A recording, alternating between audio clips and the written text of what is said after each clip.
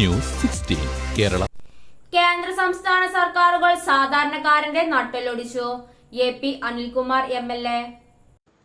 മൊറയൂർ മണ്ഡലത്തിൽ നിന്നും 13 പേർ ഇനി ത്രിവർണ പതാകയുടെ തണലിൽ.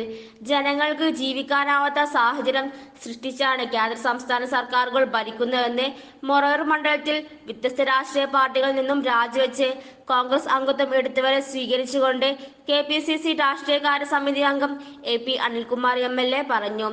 മൊറയൂർ ബ്ലോക്ക് കോൺഗ്രസ് പ്രസിഡന്റ് അജ്മൽ ആനത്താൻ അധ്യക്ഷത വഹിച്ചു.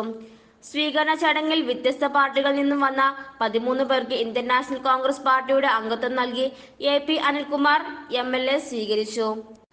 Anathan Abubakar Haji, Maliyekkal Kunju, TP Saleem master, PK Viswanathan, KK Muhammad Rafi, Arangan Muhammad, Vasudevan Kangalkandi, Faisal Pookodan, Parambadan Hasankutty, Farhan Pookodan, Sajeesh AP, Hamza Koyilthodi, PK Girish Kumar, Naseera CP തുടങ്ങിയവർ സ്വീകരണ ചടങ്ങിൽ പങ്കെടുത്തു.